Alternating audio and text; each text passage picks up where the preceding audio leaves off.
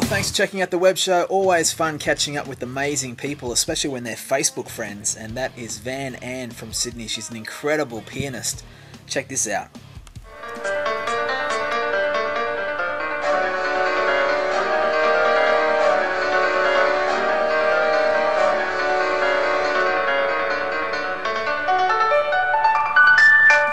Yeah, so it's frightening to think how talented she is. Make sure you check out the website. There's clips on YouTube and all kinds of information. An amazing Australian talent, and here's another example.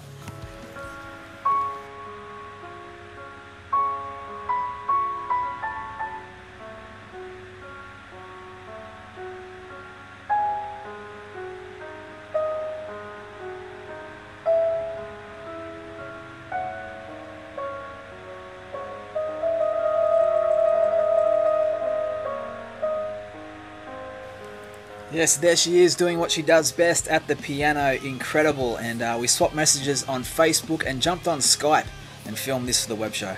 How did you become to be involved in music? I'm guessing that it's something that you've been doing since you could walk, I guess. Prenatal.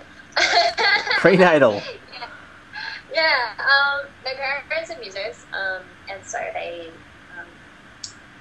I guess Mom's an opera singer and my dad's a classical guitarist, so she was still doing recitals when she was pregnant with me. So I was like kicking to the music. Wow. And yeah, it was really cool. And then she started me playing piano at 15 months, around about there. And then it's been like that. I was a little guinea pig, really. Wow, good for you. And so what's been the highlights for you so far, like with your playing? I think the fact that a major highlight is that I can work on my own schedule. Right. You know? Yeah, and I definitely cannot be sitting behind a desk, and I tried it, and it's like it never gelled, and I quit my job after 2 weeks. Right. And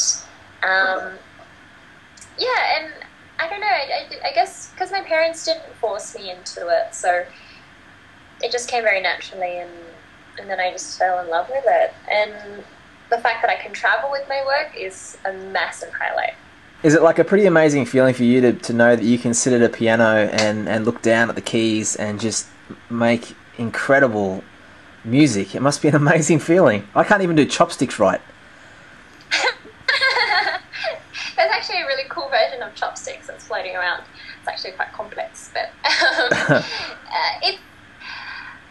it's surreal, I guess, to call it my job. You know, sometimes I think, oh, wow, I'm playing piano and I'm playing with people, and you're able to touch people's lives, or you're able to fulfill your own dreams at the same time as, you know, changing people's thoughts and stuff, I guess. But at the same time, sometimes I wish, oh, maybe I should have a normal job and, you know, have holiday leave and get paid for holiday. Right. Love-hate relationship, but it's like, no, I love working for myself, and the fact that I can travel and see cool places, but at the same time, you're sometimes envious of people who can just take off and zip. Yeah, I can imagine. So what's like the schedule for you then? Like how often do you practice? Or even like probably not so much now, but when you were right into it, how much work would you put into playing? Well, in terms of growing up, like I said, my parents never forced me into really practicing or anything, but I generally, well, sort of 45 minutes to possibly an hour growing up till the early teens. And then it got a bit more serious and doing, you know, international piano competitions and national competitions.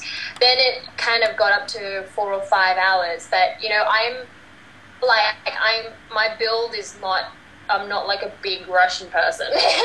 So I don't have the stamina to just sit there at a piano and power away for 8 hours, because right now, you know, the maximum I'd say I've done in a day would be 6 hours. Wow.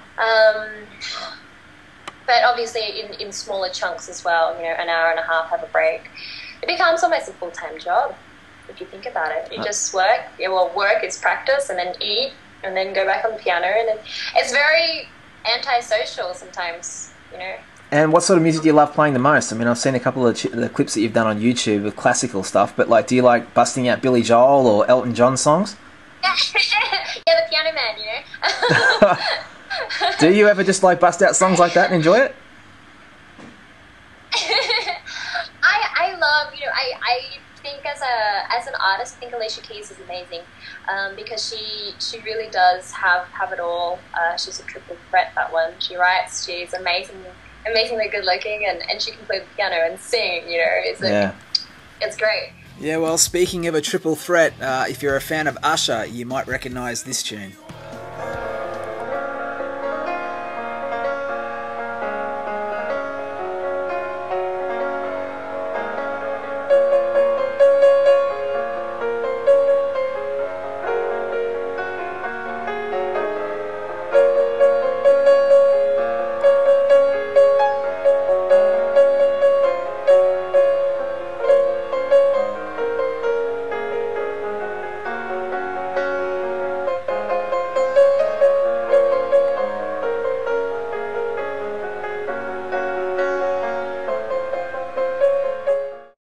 Love the classical, and because of my love of classical music, I think it's one of those genres which is sort of, if I could say it so lightly, it's a dying genre, where if you go into a classical concert, I mean, I went to see the St. Lawrence String Quartet over the weekend, and it intrigues me as to what the clientele is, what that audience is, because most of them are 50 plus. Right.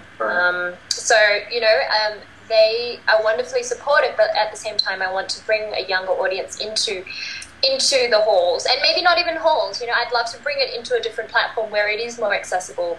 People sometimes feel like a hall is too stifling, or it's very what's the word? It's not very inviting for young people. You know, right. the idea of sitting there quietly for 40 minutes can get a bit frustrating. Yeah. In the 21st century, I think it's very very difficult with technology and how instant things are. For someone to sit there and just listen to music with no lyrics and sit quietly and not touch their phones or not check their Facebook is, I don't know, it's very difficult to happen. So yeah, well, if there's one young lady that's going to bring the masses back to this kind of music, it's definitely Van-Anh. Make sure you check out her website, and we'll go out with some more beautiful piano playing. Here she is.